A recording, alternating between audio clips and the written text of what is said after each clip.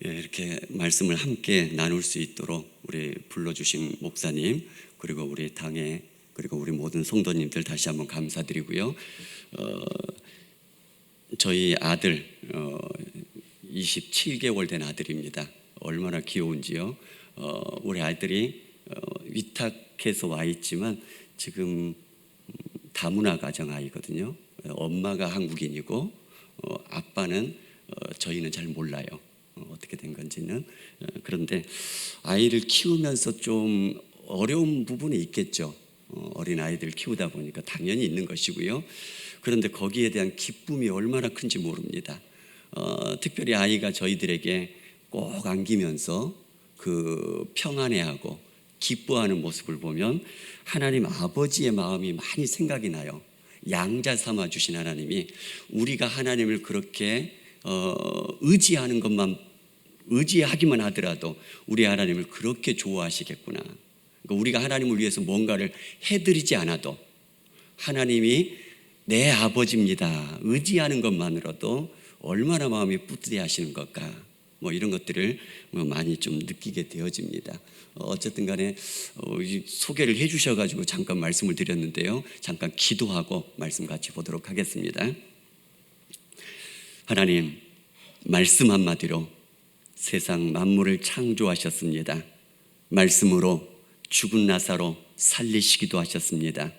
그 말씀 앞에 저희들 머리 숙이오매 그 말씀의 살아계심과 말씀의 능력이 우리들 가운데서도 충만하게 나타날 수 있도록 은혜 베풀어 주시옵소서. 예수님 이름으로 기도드립니다. 아멘. 우리가 이렇게 신앙생활을 합니다.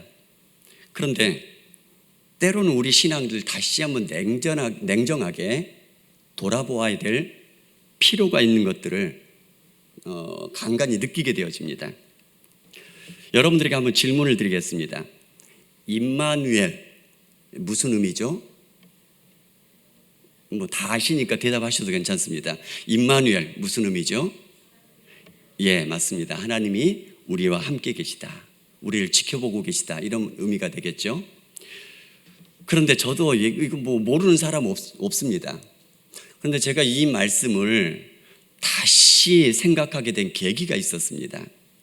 제가 총신대학교 학부 출신인데요. 사당동에 보면 기숙사가 있습니다. 기숙사 생활을 했었습니다. 한 번은 도서관에서 이제 늦게까지 공부를 하고 기숙사 방에 들어왔는데 전화벨이 울립니다. 제가 받았죠. 모르는 여학생의 목소리가 제 이름을 부르면서 선정교 그때 전도사였으니까요. 전사님 바꿔주세요 그래요. 그래서 접니다 그랬더니 그냥 끊더라고요. 무슨 전화지 하고 그냥 넘어갔습니다. 조금 있어 다시 전화 왔습니다. 그러면서 또 그 똑같은 전화인데요. 하는 얘기가 자기가 도서관에서 저를 지켜보고 있대요.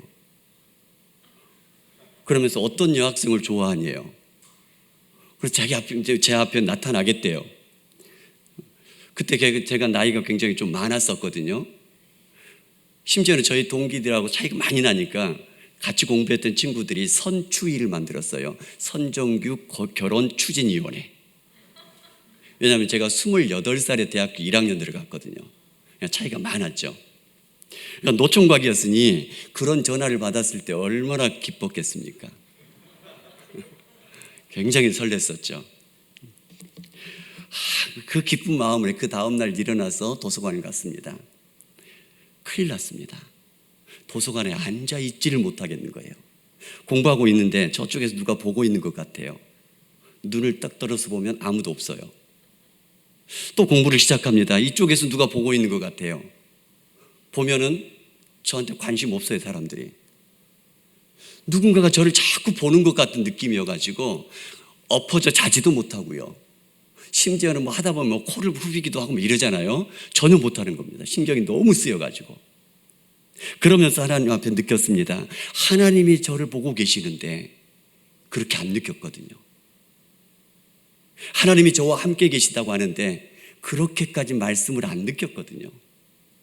그런데 전혀 모르는 여학생이 저를 보고 있다는 그 말 한마디에 제가 그렇게 신경 쓰이고 있더란 얘기입니다. 그래서 정말 믿는가? 이런 굉장히 깊은 고민에 빠진 적이 있었습니다. 여러분들에게 다시 질문합니다. 여러분 천국과 지옥이 있는 거 믿으십니까? 근데 진짜 믿어진 자면 왜 빨리 안 죽으려고 합니까? 죽으면 예수 안에 있으면 어디 가는 거죠? 천국에 가는데. 그럼 더 좋은 천국 가는데 왜 안 가려고 그러죠? 그 다음에 또 하나는요, 안 믿는 가족 구원 애타야 되지 않겠습니까? 왜요? 안 믿으면 어디 가는 거죠? 지옥 가는데. 그게 정말 믿어진다면 애타야 되지 않겠습니까? 그런데 그렇지 않은 경우들이 많더라는 거죠. 이러한 입장에서, 이러한 각도에서 우리의 예배, 그리고 우리의 헌신, 그리고 우리의 봉사, 우리의 신앙생활, 이런 것들을 하나님이 원하시는 대로 바르게 알고 그리고 바르게 드려지고 있나, 우리는 늘 우리 자신들을 점검해야 될 필요가 있다는 얘기입니다.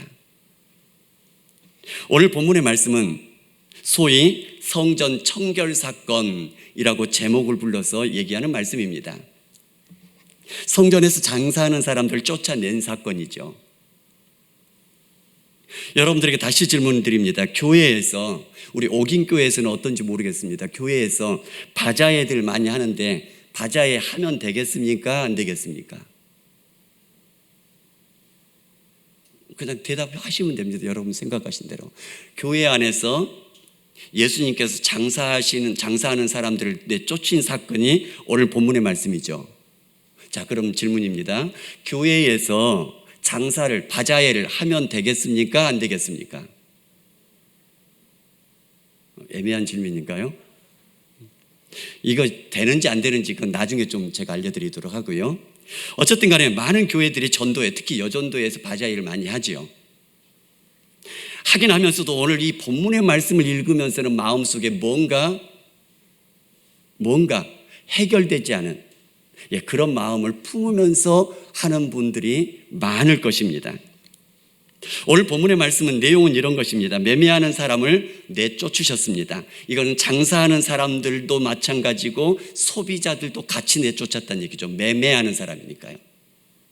그 다음에 돈 바꾸는 사람들의 상을 둘러 엎으셨다. 이 돈 바꾸는 사람들은 성전세를 내는데 환전해주는 환전상들이죠. 그 다음에 비둘기 파는 자들의 의자를 둘러 엎으셨다. 비둘기 제사 드리는 사람들은 가난한 사람들이죠. 아주 가난한 예배자들, 그 사람들을 위해서 비둘기 파는 사람들의 의자를 엎으셨다. 그리고 아무 물건을 가지고 성전으로 지나다님을 허락하지 않으셨다. 이게 예수님이 행하신 4가지 행동이고요. 그와 더불어서 말씀을 하십니다. 내 집은 만민이 기도하는 집이라 칭함을 받으리라. 그렇게 말하지 않았느냐? 그런데 너희가 강도의 소굴을 만들었다라고 얘기를 합니다. 성전에서 이러한 예수님의 행동은 예수님의 전 생애 가운데, 공생애 가운데 가장 독특한 행동입니다. 왜냐하면 공격적인 행동이지 않습니까? 굉장히 온유하신 예수님이, 이런 예수님이신데 이렇게 공격적인 행동이 여기밖에 거의 안 나오거든요. 그래서 이 말씀을 바르게 이해하는데 많은 사람들이 놓치고 있는 부분들이 있더라는 거죠. 왜 이렇게 하셨나? 원인은 무엇이고, 그리고 예수님께서 무엇을 이루기 위해서 이렇게 하신 것인가? 이런 말씀들을 같이 살펴보기를 원합니다. 이걸 이해하기 위해서 제가 좀 쉽게 설명을 한번 드리겠습니다. 제가 지금 이곳에서 설교를 하고 있죠. 이렇게 설교를 하다가 제가 갑자기 설교를 중단하고 아무 말도 없이 뛰쳐나갑니다. 여러분 어떻게 생각하시겠습니까? 굉장히 의아하겠죠. 근데 나가면서 제가 한마디를 합니다. 배가 아파서. 그럼 어떻게 되죠? 그 한마디에 다 이해가 되는 거죠. 이상한 행동이 다 이해가 되어버리는 겁니다. 마찬가지로 예수님께서 성전에서 이런 사람들을 쫓아내시는 행위가 굉장히 그 당시에는 독특한 행동이었거든요. 예수님이 온유하신 예수님이신데 이런 공격적인 행위는 거의 하지 않으셨었거든요. 그런데 그렇게 하시면서 모두가 다 당혹스러워하고 있는데 말씀 한마디를 하신다는 얘기입니다. 거기에 예수님의 본뜻이 숨겨져 있다는 것이죠. 그 말씀이 뭐냐면은 내 집은 만민이 기도하는 집이라 칭함을 받으리라. 그 다음에 너희는 강도의 소굴을 만들었다. 이 말씀입니다. 이것은 이사야서 56장 7절 말씀과 예레미야 7장 17절 말씀을 인용한 말씀이시죠. 그런데 이 말씀을 볼 때 전통적으로 어떻게 우리가 이해를 했냐면은 강도짓을 했기 때문이다 이렇게 해석을 했습니다. 장사와 제사장들이 결탁을 해가지고 경제적인 탈취를 했다. 그 다음에 재물이 흠이 있으면 안 되지 않습니까? 제사장들이 검사하면서 멀쩡한 것도 흠이 있다 하면서 퇴짜는 놓고요. 그리고 이곳에서 성전 안에서 재물을 비싼 가격에 사게 만든다라는 거죠. 그 다음에 성전세 환전을 해주는데 비싸게 환전을 해주는 거죠. 그러니까 이게 뭐냐면 강도짓이 아니냐라는 겁니다. 성전의 거룩함을 훼손했다라는 것이죠. 왜냐하면 성전 안에서 장사를 했기 때문이다. 그 다음에 이방인들의 기도를 방해했다. 왜냐하면 이방인의 뜰이었거든요. 그 장사하는 곳이. 이방인들이 유일하게 들어와서 기도할 수 있는 곳인데 그걸 방해했기 때문이다. 이것이 전통적으로 우리가 이해하고 있는 해석의 방법이었습니다. 그러나 성전 청결이라는 말이 무슨 말이죠? 청소한다는 말입니다. 청소해서 다시 쓰겠다는 얘기죠. 이걸 다시 표현하면 개혁한다는 얘기죠. 개혁을 해서 다시 사용한다는 얘기입니다. 자, 그러면 이것이 정말 맞는지 우리가 한번 좀 봐야 됩니다. 이 성전 청결 사건은 요한복음, 공관복음 다 나와 있습니다. 그런데 요한복음에서는 예수님의 공생의 초반부에 나와 있고요. 2장에 나와 있죠. 공관복음에서는 예수님의 생애 후반부에 나와 있습니다. 그리고 요한복음에서는 초반부에 나오면서 바로 이 성전을 헐고 새 성전, 예수님의 몸된 성전을 다시 세운다라는 분명한 말씀을 거기에 기록해 놨습니다. 그런데 공관복음에서는 이러한 해석들이 없기 때문에 사람들이 성전 청결 사건이다, 개혁이다 이렇게 해석을 하는 것이거든요. 자, 그러면 한번 여러분들이 생각해 보시기 바랍니다. 만약에 요한복음과 공관복음 생애 초반부에 후반부 두 번 이런 사건을 일으키셨다 이렇게 생각했을 때에 초반부에 이 성전을 헐고 새 성전을 짓겠다 이렇게 말씀을 분명히 해 놓으셨습니다. 후반부에 이 성전을 개혁을 해서 청소를 해서 다시 쓰겠다. 이게 논리적으로 맞는 말입니까? 논리적으로 맞으려면 초반부에는 그래도 어떻게 고쳐서 써보겠다 했다. 안 되니까 이제 그것을 헐고 새로 짓겠다. 이게 맞지 않겠습니까? 논리적으로 안 맞습니다. 그 다음에 한 번만 일어난 사건이다 이렇게 가정을 했을 때에 예수님의 의도는 분명히 한 가지가 있었을 것입니다. 그런데 요한이 이해하는 그 이해와 공관복음의 다른 제자들이 이해하는 이해가 정반대로 이해가 된다? 그런 경우는 없습니다. 제자들이 조금씩 각각 다른 관점에서 예수님의 말씀을 증거하는 경우는 있어도 예수님의 분명한 의도를 정반대로 제자들이 얘기하는 경우는 전혀 없습니다.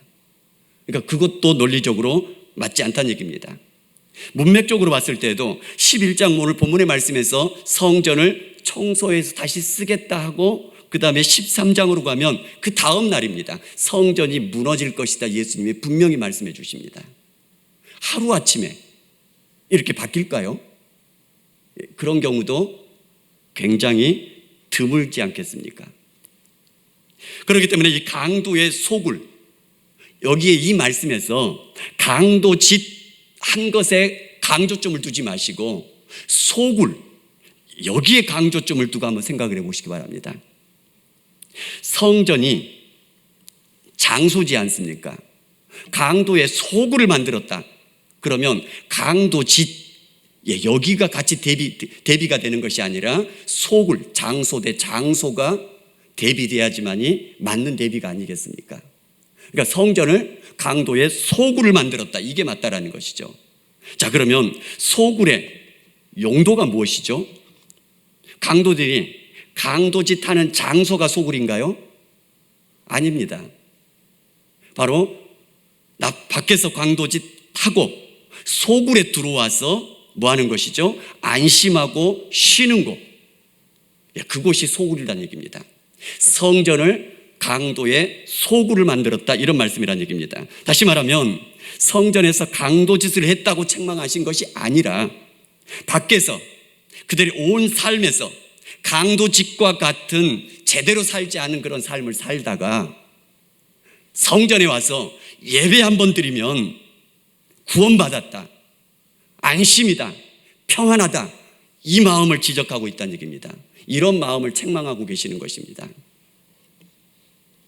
오늘 이 강도의 소굴을 만들었다, 이 말씀은 예레미야 7장 11절에서 인용한 말씀이거든요.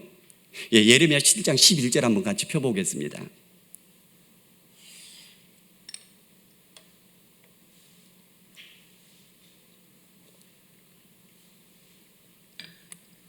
예레미야 7장 11절 같이 한번 읽습니다. 시작.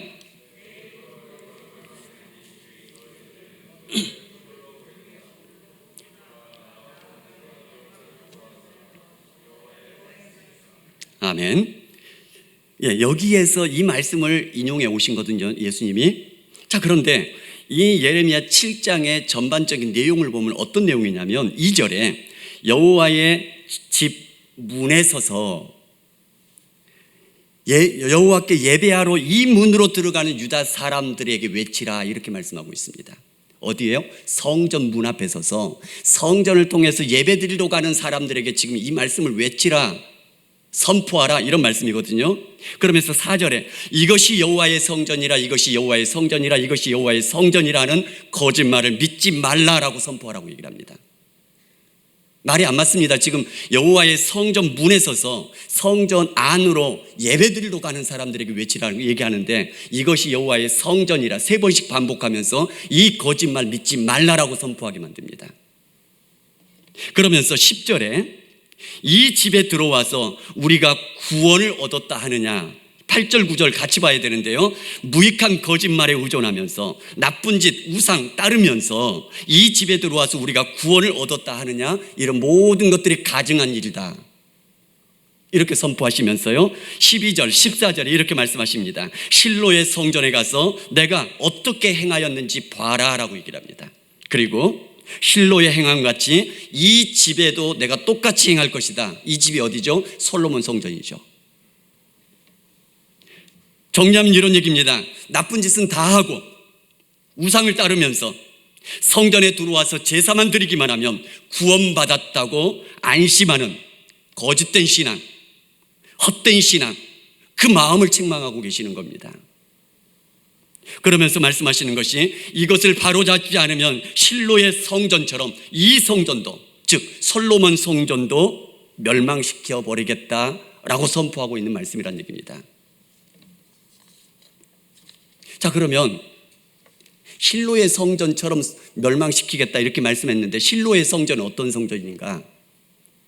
사무엘상 2장에 보면 우리가 잘 아는 엘리 제사장의 아들 홈리와 비느하스가 나옵니다. 그 아들들도 제사장들이었죠. 백성들이 제사 드리며 고기를 삶을 때에 3살 갈고리로 그 고기를 걸리는 대로 가져갑니다. 제사장 몫으로. 율법에는 제사장 몫이 따로 정해져 있습니다. 그런데 그걸 무시하고 가져갔다, 이 무슨 말씀이죠? 율법을 어겼다는 얘기가 되는 것이죠. 기름을 태우기 전에도 제사장에게 구워드릴 고기를 내라, 제사 드리는 사람들에게 고기를 뺏어가려고 합니다.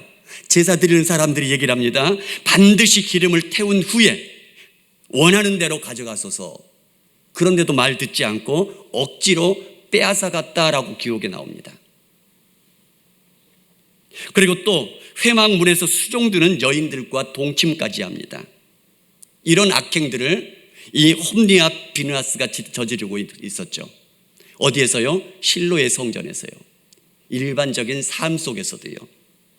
그러다가 사무엘상 4장에 보면은 블레셋이 침공에 들어옵니다. 전세가 불리하게 되어집니다. 그러자 이 홈리와 비느하스가 언약궤를 실로에 있는 그 성전에서 가져다가는 그곳으로 우리를 구원하게 하자 하고 그 언약궤를 앞장 세웁니다. 그러자 언약궤가 그 전쟁통에 들어오자 온 사람들이 큰 소리를 지르니 온 땅이 울리게 되었다라고 말씀하고 있습니다. 왜 그러냐면 이 언약궤, 법궤라는 것은 이스라엘 백성들이 광야를 지날 때에 항상 앞장서서 인도해 주신 것이 법궤입니다. 앞장서 갔습니다. 그리고 정착할 때는, 머물 때는 이 언약궤를 중심으로 이스라엘 전 지파들이 삥 둘러서 그렇게 정착을 하죠. 요단강을 건널 때도 제일 먼저 앞장선 사람이 누구냐면 바로 언약궤를 맨 제사장들이 먼저 앞장서서 나아갈 때 제사장들의 발목이 물에 잠김에 요단강이 갈라졌다 이렇게 나옵니다. 앞장서니 요단강 물이 갈라집니다. 여리고성이 무너질 때에도 말씀을 따라서 7일에 한 바퀴씩 돌고 마지막에 7번 돌죠. 제일 앞서간 것이 뭔지 아십니까? 하나님의 언약궤입니다. 언약궤를 앞세워서 돌고 말씀대로 선포하니 여리고성이 무너지는 것입니다. 언약궤가 앞서면 지금까지 과거에서 무조건 승리했거든요. 그것은 무슨 얘기냐면 하나님이 앞서 주신다는 의미이기 때문에 그러는 것입니다. 그러나 홈리와 비느하스 이스라엘 백성들은 그 결과는 그의 언약궤는 빼앗겼고요. 엘리야 두 아들 홈리와 비느하스도 전장에서 전사했고요. 그 소식을 전해 들은 엘리 제사장도 의자에서 앉아있다 뒤로 넘어져서 목뼈가 부러져서 죽었다라고 나오고 있고요. 실로의 성전은 그 다음부터 역사에서 나오지 않습니다. 무너진 것이죠. 버림받은 것이죠. 언약궤도 블레셋에게 빼앗겼다가 블레셋 땅에 있다가 나중에 기럇 여아림 거기를 거쳐 다윗성으로 옮겨가게 되어지죠. 나중에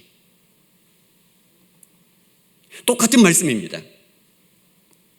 온갖 나쁜 짓은 다 하면서, 다시 말하면 말씀과 별개로 살다가 언약궤만 앞세우면 무조건 승리할 것이라는 헛된 믿음, 결과는 비참한 패배요. 언약궤는 빼앗겼고 실로의 성전은 역사에서 버림받고 사라져버렸다는 얘기입니다. 예수님의 이 강도의 소구를 인용하실 때 말씀에 대해서 다 알고 계신 예수님이 이 전후 문맥 모르시겠습니까? 다 알고 말씀하신다는 얘기입니다. 말씀을 듣는 유대인들, 율법에 대해서 박식한 사람들 아닙니까? 모르겠습니까? 이 전후 문맥을 다 알고 듣는다는 얘기입니다. 온 삶에서 밖에서 온갖 죄 속에서 살다가 성전에서 제사만 드리면 복 받을 것이라고, 구원받을 것이라고 헛된 믿음 가지고 있는 그 사람들을 지금 책망하고 있는 것이라는 얘기입니다. 하나님을 도깨비 방망이처럼 취급하는 것이죠. 자동적으로 예배만 드리면 복 주실 거라고, 나의 삶은 전혀 상관없이 예배에 참석하기만 하면 복 받을 것이라고 믿고 있는 그 헛된 믿음을 책망하시는 것이라는 얘기입니다. 예레미야 시대의 그 솔로몬 성전도 실로의 성전처럼 버릴 것이다 말씀하시는 것이고요. 예수님 당시도 이 헤롯 성전 무너질 것이다 선포하시는 그런 말씀이란 얘기입니다. 그리고 예수님의 몸된 성전, 새 성전을 다시 세울 것이다. 이 선포하시는 말씀이 이 사건이란 얘기입니다. 바르게 살지 않으면서 예배만 드리면 복을 받을 것이란 그런 믿음으로 있다면 우리도 돌아봐야 된다는 얘기입니다. 우리의 마음은 빠져버리고 예배에 참석만 하면 복 받을 것이라는 그런 헛된 믿음들이 혹시 없는지 돌아봐야 될 필요가 있다는 얘기입니다. 우리의 삶과 우리의 마음들이 일치가 되어져서 나아가기를 원합니다. 헛된 믿음은 하나님을 도깨비 방망이 취급하는 것, 그것과 비슷하다는 얘기입니다. 예배 자리에 나오기만 하면 무조건 하나님께서 오토매틱처럼 그렇게 복을 주실 거라, 그 헛된 믿음을 가지고 있다면 우리도 여전히 우리 주님의 책망의 대상이 될 수밖에 없다는 얘기죠. 예를 들자면 주의 말씀이 이렇게 말씀하십니다. 내 이웃을 내 몸과 같이 사랑하라, 원수까지도 사랑하라 말씀하십니다. 그런데 우리가 사랑하지 못하면서, 아니 오히려 미워하면서 예배에 참석만 하면, 예배 드리기만 하면 주님께서 복 주시고 은혜 주실 거라고 믿고 있다면 그 헛된 믿음을 책망하실 거란 얘기입니다. 마태복음 5장 23절 24절에 보니까요, 이렇게 말씀하십니다. 그러므로 예물을 제단에 드리려다가 거기서 내 형제에게 원망 들을 만한 일이 있거든 예물을 제단 앞에 두고 먼저 가서 형제와 화목하고 그 후에 와서 예물을 드리라 라고 말씀합니다. 그러니까 문제는 장사하는 것 자체, 그거라기보다도 사람들의 마음이 굳어버린 이것이 문제가 된다는 얘기죠. 강도의 소굴을 만들었다. 하나님께 참으로 예배드리는 그 마음은 사라져버리고 예배드리는 형식만 남아있는, 그래서 그것으로 하나님을 움직일 수 있을 거라고 하는 그 마음의 문제. 중세교회가 타락한 것도 똑같습니다. 처음에는 순수한 신앙이었죠. 더 예수님, 더 하나님 잘 믿기 위해서 수도원을 짓고 더 집중하기 위해서 수도원 들어가지 않았습니까? 그런데 서서히 그 마음들이 의식적으로 돌아보지 않은 사이에 점점 굳어가고 있더란 얘기죠. 우리나라 기독교도 마찬가지입니다. 교회도 초창기에는 안 믿는 사람들도 우리 교회를, 또 우리 믿는 사람들을 존경했던 그런 기록들이 많이 나옵니다. 그런데 우리가 잘 아는 것처럼 지금 우리의 교회의 모습은 어떻습니까? 사회에서 지탄받고 비난이 난무하고 우리의 마음이 빠져가고 있다는 얘기죠. 서로 일치하는 신앙이 점점 괴리가 생기고 있다는 얘기죠. 교회 전체만 생각하지 마시고 나 한 사람 한 사람이 모여서 교회가 되는 거 아니겠습니까? 그 말은 교회가 지탄받는다는 얘기는 어떤 뜬구름 잡는 교회가 지탄받는다 이런 얘기가 아니라 내가 지탄받고 있다는 얘기가 되는 것입니다. 교회의 마음이, 진실한 마음이 빠졌다는 얘기는 어떤 교회 전체 어떤 허상에 교회의 마음이 빠졌다는 얘기가 아니라 내 마음이 빠졌다는 얘기가 되는 것이죠. 우리의 드리는 예배, 헌신, 그리고 봉사, 이 모든 것들, 우리의 삶은 변화된 것이 없이 말씀과 동떨어져 살면서 세상 사람들과 똑같이 살면서 하나님 없이 사는 사람들과 같이 살면서 예배에 참석만 하면 은혜 받을 것이라고, 복 받을 것이라고 그렇게 여기는 헛된 마음 혹시 없는지 우리 자신들을 돌아보아야 될 필요가 있다는 얘기입니다.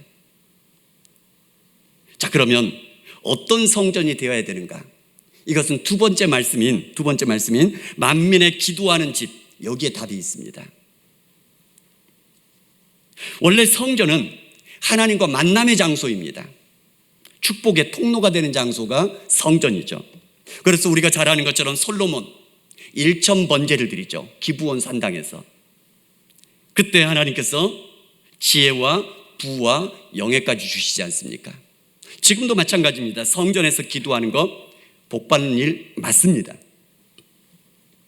다니엘도 마찬가지입니다. 포로로 끌려가서 먼 타국에 있으면서도 성전을 향해서 기도할 때 하나님께서 들으시고 하나님께서 그를 지키시고 보호해 주시지 않습니까? 지금도 마찬가지일 것입니다. 성전을 향해서 기도하면 먼 곳에서 기도한다 할지라도 하나님께서는 들어주시고 축복하여 주실 거라고 믿습니다. 그런데 이런 축복의 장소가 그림의 떡이 된 사람들이 있습니다. 대표적인 사람들이 이 두 번째 말씀 인용했던 이사야 56장 7절 말씀을 인용을 했는데요. 그 말씀 본문 속에 있더란 얘기입니다. 누구냐면 이방인들과 고자들입니다. 이방인들은 선천적으로 하나님의 백성에 들어오지 못하는 사람들입니다. 이스라엘 백성들이 철저하게 막았죠. 죄인 취급하면서요. 사마리아인들, 그들은 유대인들과 이방인들과 혼혈인데도 이스라엘 백성들이 그들을 죄인 취급하고 접촉하는 것도 꺼리지 않습니까?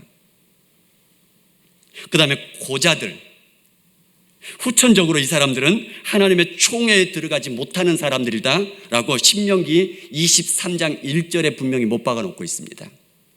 총회에 들어가지 못할 사람들입니다. 왜냐하면 한나의 고통을 여러분들이 다 기억하실 것입니다. 아들 사무엘을 낳기 전에 아들을 낳지 못한 그 고통 얼마나 컸습니까? 그런데 심지어 이 고자는 더 큰 차별과 고통 속에 살아갈 수밖에 없었던 것이죠. 그런데 이것이 오래 세월이 흐르면서 오래되다 보니까 이제는 그들 스스로도 자포자기합니다. 생각조차도 하지 않게 되어집니다. 서얼들을 우리나라 조선시대에 아버지를 아버지라 부르지 못한다, 뭐 이런 얘기가 있지 않습니까? 그런 것처럼 이방인들도 이렇게 생각을 합니다. 우리는 백성 중에서 반드시 갈라내시리라. 왜냐하면 이방인들이니까요. 그 다음에 고자들도 이렇게 얘기할 거란 얘기죠. 나는 마른 나무가지라. 열매를 맺지 못할 거라는 거죠. 그러나 예레미야 7장 11절 그 문맥에서 보면은 내용을 그냥 단순히 성전이 기도하는 집 이것이 아니더란 얘기죠. 분명한 그 목적을 말씀해 주고 계십니다. 이방인들에게 얘기를 합니다. 여호와께서 나를 그의 백성 중에서 반드시 갈라내시리라 하지 말라. 나의 성산으로 인도하여 기도하는 내 집에서 그들을 기쁘게 할 것이며 그들의 번제와 희생을 나의 제단에서 기꺼이 받게 되리라 라고 말씀하십니다.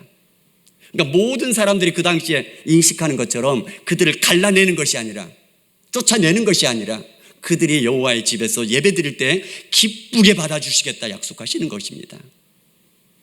고자들, 나는 마른 나무라 하지 말라라고 말씀하십니다.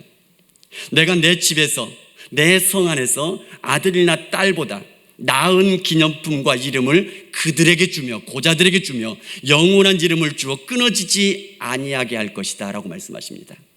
고자들은 자녀를 낳을 수가 없지 않습니까? 그러니까 끊어집니다. 근데 끊어지지 않게 해주시겠다고 약속하십니다. 어디서요? 만민의 기도하는 그 집에서요.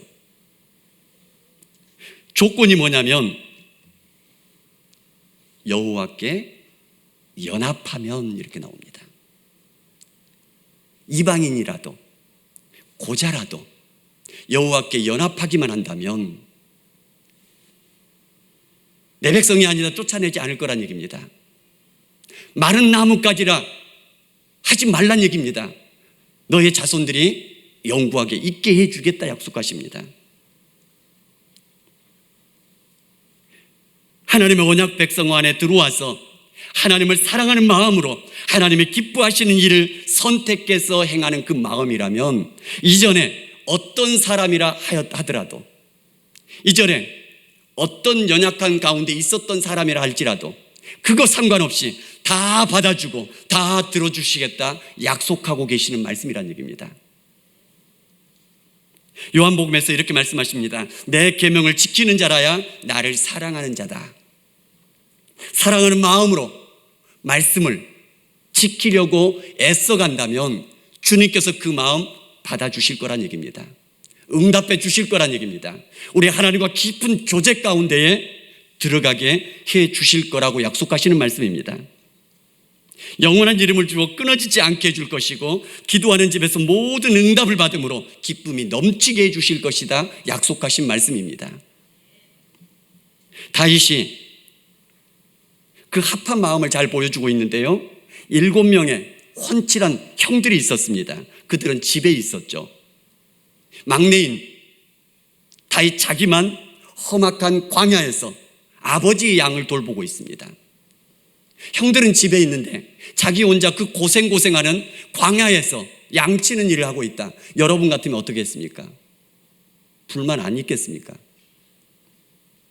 형들은 다 그렇게 집에 있는데 자기 혼자 고생하고 있으니. 그런데 불평하지 않고 여전히 다윗은 최선을 다합니다. 사자와 곰이 양을 물어가게 되어지면 자기 목숨을 걸고 따라가서 그 입에서 빼내왔다라고 고백합니다. 그러면서 고백하는 거죠. 여호와는 나의 목자시니 내가 부족함이 없습니다. 실제로 부족한 거 굉장히 많습니다. 광야이기 때문에요. 며칠씩 아니 몇 달씩 집에 들어가지 못하고 광야에서 생활해야 되는 험난한 생활입니다. 부족한 거 투성이죠. 그런데도 여호와를 목자 삼으니 내게 부족함이 없습니다. 하나님과 깊은 교제 가운데 나아가더란 얘기입니다. 그것이 여호와와 합한 마음이란 얘기입니다. 아무리 가장 작은 자일지라 할지라도, 다른 사람들이 인정해주지 않는 사람이라 할지라도 우리 하나님을 향한 마음으로 나아가게 된다면 하나님께서 그를 인정해 주시고 그를 도구로 세워서 영원한 하나님의 계획을 세워가는 하나님의 능력의 도구로 삼아 주시는 것을 보게 되어집니다.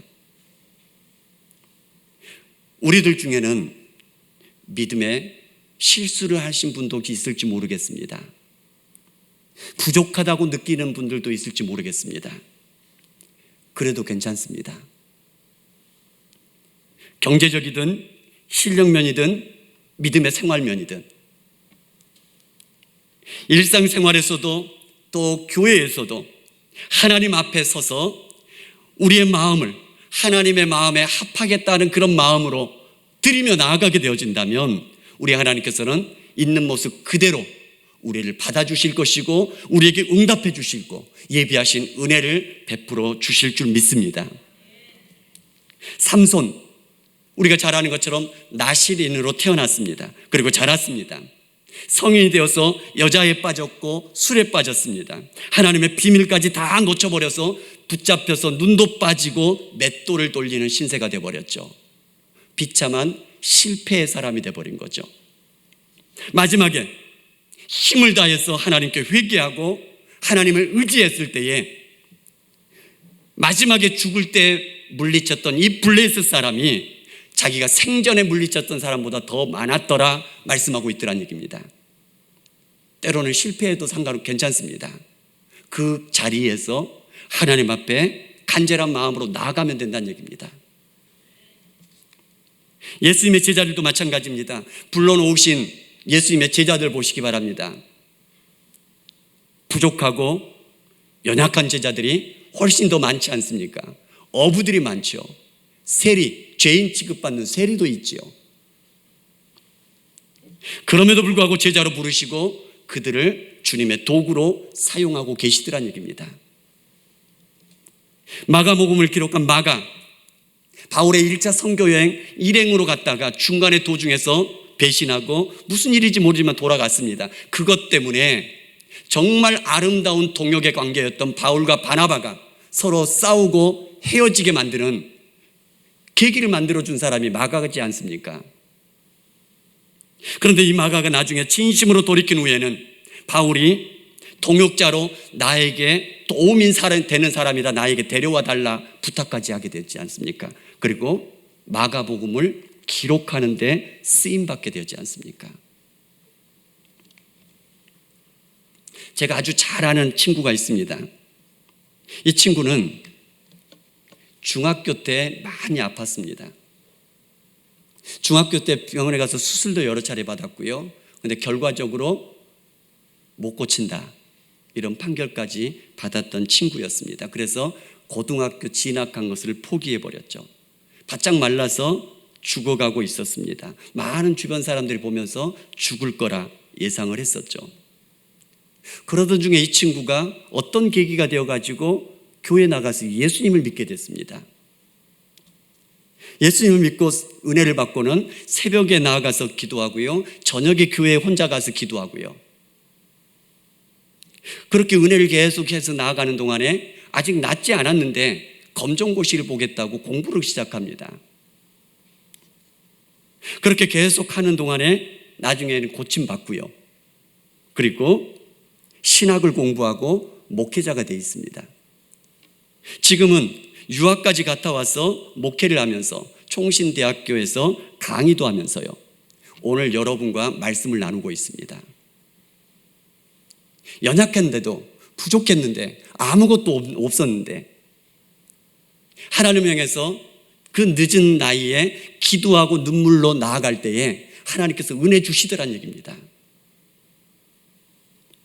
우리의 가정과 직장에서도 하나님 의식하면서 살아가고, 교회에서 드리는 예배도 기도도 봉사도 헌신도 우리 하나님을 대접하는 마음으로, 하나님과 합한 마음으로 그렇게 드려짐으로써 하나님께서 여러분들을 받아주시고 응답해 주심으로 기쁨이 넘쳐나는 그런 옥인교회요, 그런 여러분들 성도님들 되시기를 주님의 이름으로 축복합니다.